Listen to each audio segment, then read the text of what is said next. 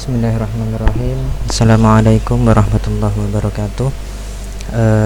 Di sini kami Azam Al-Farisi akan menerangkan sedikit mengenai perangkat-perangkat pembelajaran yang diperlukan bagi seorang guru. Yang dimana di sini ada 7. Yang pertama yaitu Kaldik, yang kedua RPE, yang ketiga Prota, yang keempat Promes, yang kelima Silabus, yang keenam RPP, dan yang ketujuh adalah KKM. Yang pertama yaitu adalah kalender pendidikan. Di sini dapat kita lihat bahwa kalender pendidikan yang ada di layar merupakan kalender pendidikan setiap bulan. Maka di sini ada bulan Juli, Agustus sampai Juni. Hal ini dihitung dari per semester. Kalau Juli sampai Desember itu semester ganjil, kemudian Januari sampai Juni 2022 itu adalah semester genap. Nah, maka di sini ada kalender pendidikan untuk tanggal 1 sampai tanggal 11 di sini adalah masih libur semester genap tahun ajaran 2020-2021. Nah, kemudian untuk di tanggal 12 ini adalah hari pertama semester ganjil. Kemudian kenapa kok kuning, dan juga adanya matsama. Jadi kalau di madrasah adalah matsama, kemudian kalau di sekolah umum itu biasanya pakai dengan istilah MPLS seperti itu. Kemudian di setiap warna di kalender ini ada artinya sendiri. Jadi ketika merah maka di sini adalah artinya itu libur. Contoh ketika di tanggal 10 Agustus kita cari 10 Agustus di sini adalah tahun baru Islam. Nah, maka di sana hari libur.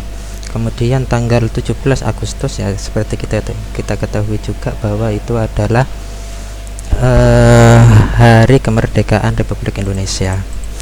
Kemudian untuk yang warna seperti ini, itu di tanggal 13 September 2021 kita lihat adalah penilaian tengah semester. Jadi itu untuk kalender pendidikan. Jadi semuanya ada keterangan di sini, bisa dilihat. Nah, sesuai dengan keterangannya masing-masing dan tanggalnya. Kemudian untuk yang selanjutnya yaitu adalah RPP. Adalah RPE. Nah, RPE di sini adalah rincian pekan efektif atau rincian minggu efektif. Jadi dalam sini biasanya dilampirkan atau disebutkan jumlah minggu yang ada di per bulannya dulu dengan mengacu kepada kaldik yang sudah ditentukan tadi. Contoh kita buka kaldiknya dulu. Nah, ini oke.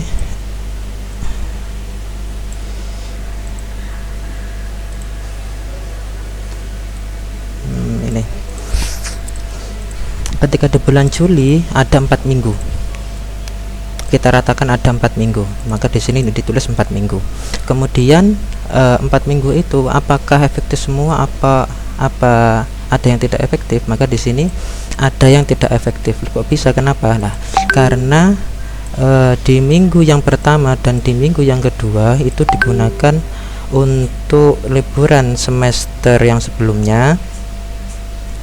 Kemudian ada juga matsama, maka di sini untuk yang tidak efektif dihitung 2 dan yang efektif dihitung 2. Jika di total semuanya ada 4. Nah, Kemudian untuk yang bulan Agustus, kita ratakan ada 4 minggu, 1 2 3 4, ada 4 minggu. Nah, maka di sini kita lihat apakah ada hal-hal yang menyebabkan minggu itu tidak efektif. Nah, maka di sini kita tidak melihat adanya hal-hal itu, maka ditulis di sini 4 minggu dengan minggu tidak efektif 0 dan minggu yang efektif adalah 4, dan begitu seterusnya sesuai dengan Kaldik. Oke, kemudian nanti kita lanjut ke Prota.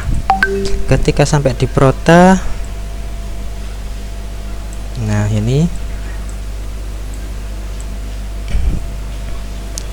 Prota di sini dengan mencantumkan kompetensi inti dan juga kompetensi dasar. Nah, di sini karena saya ngambil yang kelas 12 SKI, maka saya yang ngambil Prota untuk yang SKI kelas 12.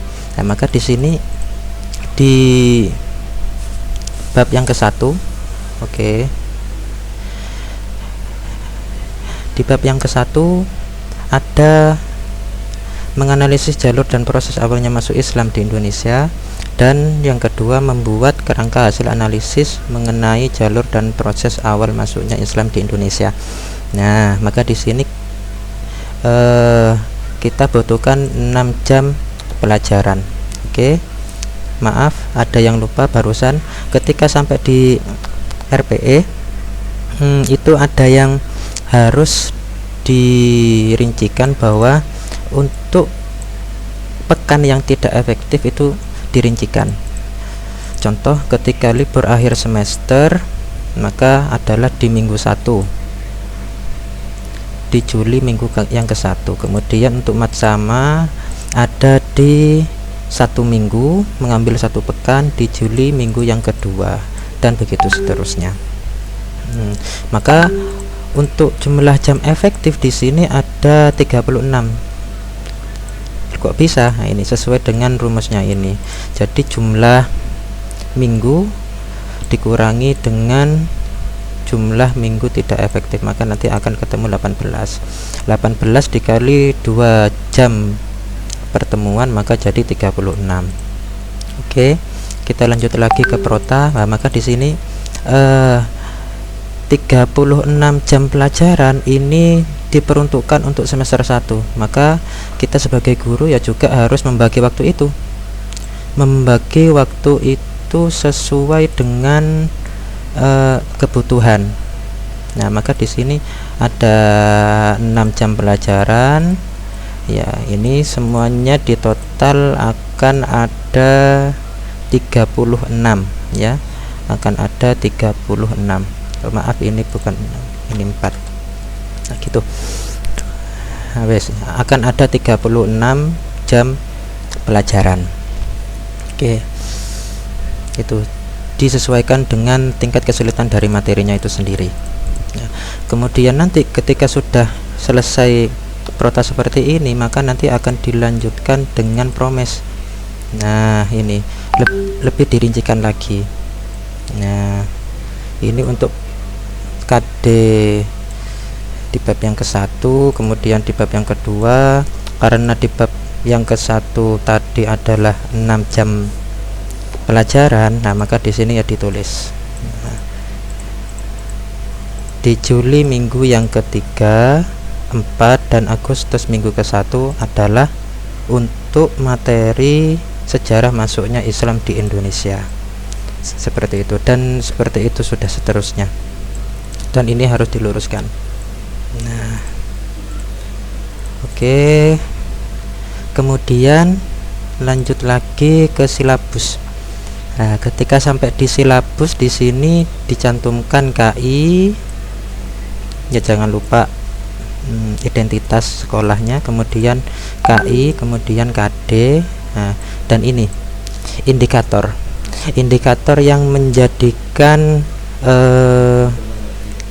keprofesionalitasan dari guru itu sendiri. Jadi ini adalah guru sendiri yang membuat indikator itu sesuai dengan KD yang ada di sebelahnya ini.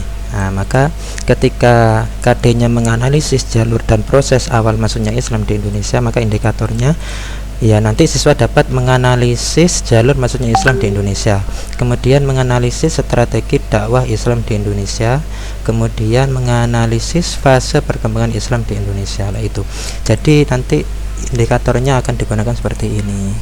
Nah, kemudian ini kegiatan pembelajarannya juga ini adalah tergantung dari gurunya itu juga, kreativitas gurunya itu juga.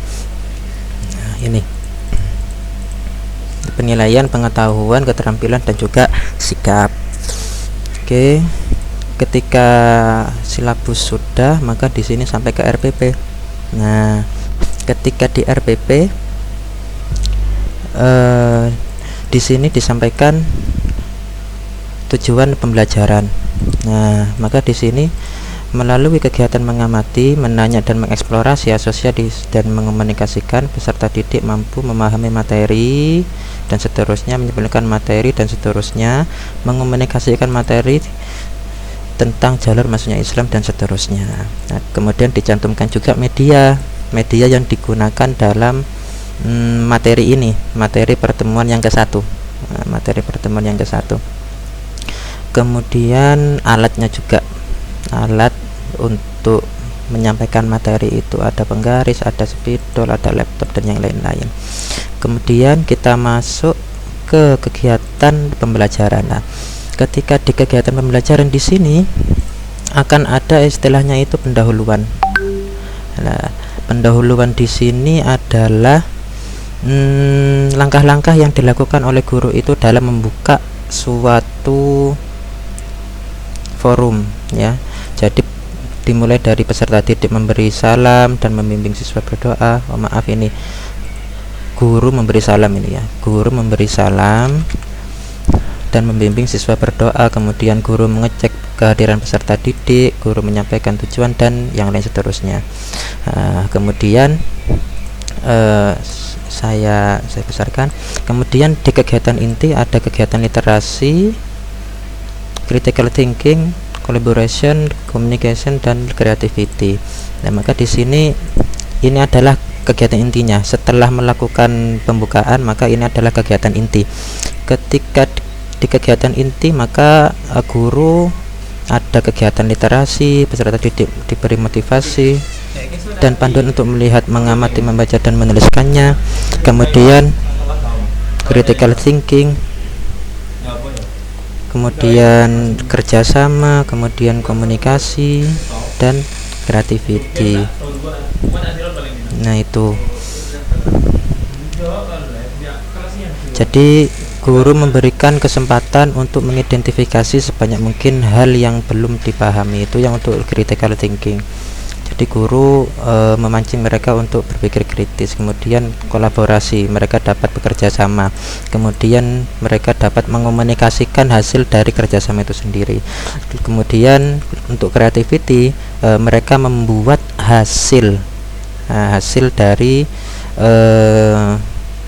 kerjasamanya itu dalam bentuk sesuatu yang sesuai dengan kreativitas mereka. Yang selanjutnya adalah kegiatan penutup, yaitu di sini guru bersama peserta didik merefleksikan pengalaman belajar, memberikan penilaian lisan secara acak dan disingkat dan yang lain sebagainya. Itu.